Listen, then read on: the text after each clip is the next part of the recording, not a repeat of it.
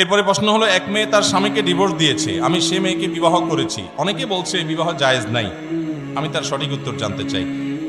দেখুন, প্রথম কথা হলো, ডিভোর্সি মেয়ে বিয়ে করা বা স্বামী পরিত্যক্ত মেয়ে বিয়ে করা এটা তো শুধু জায়েজ না, ওই মেয়েকে উপকার করার উদ্দেশ্যে করলে তো সেটা সওয়াবও হতে পারে। কিন্তু কথা হলো যে ডিভোর্সটা শরীয়ত অনুযায়ী হয়েছে কিনা।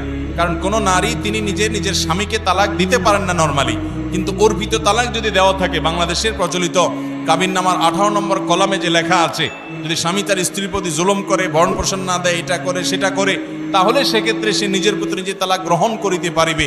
ওইটা যদি ফিল আপ করা থাকে, ওখানে যদি সই করা থাকে স্বামী স্ত্রীর, বিশেষ করে স্বামীর, তাহলে সেক্ষেত্রে অর্পিত তালাকের পাওয়ার স্বামীর উপরে স্ত্রী নিজের উপর নিজে প্রয়োগ করতে পারে, নিজের উপর নিজে প্রয়োগ করতে পারে। কোনো স্ত্রী যদি বলে স্বামীকে, তোমাকে আমি তালাক দিলাম, কিয়ামত পর্যন্ত বললেও তালাক হবে না। সে যদি বলে আমার নিজের প্রতি নিজে তালাক গ্রহণ করলাম, ওই অর্পিত তালাকের পাওয়ার বলে, যদি পাওয়ার দেওয়া থাকে আর যে শর্তে পাওয়ার দেওয়া, সেই শর্ত যদি পাওয়া যায়, বহু যদির পরে সেটা হতে পারে। এই জন্য ফতোয়া বোর্ডে গিয়ে, মুফতিদের কাছে গিয়ে এই তালাক হয়েছে না হয় নাই আগে পুঙ্খানুপুঙ্খ যাচাই করে তাহাকি করে ফতোয়া নেবেন, তারপরে এবার চিন্তা করবেন।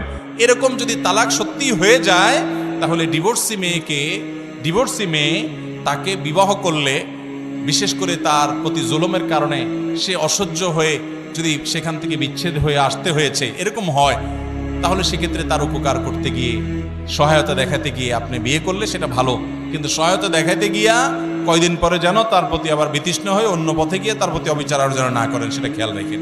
অতএব এটা জায়েজ আছে। সাহাবায়ে কেরাম বহু ডিভোর্সি মেয়েকে বিয়ে করেছেন।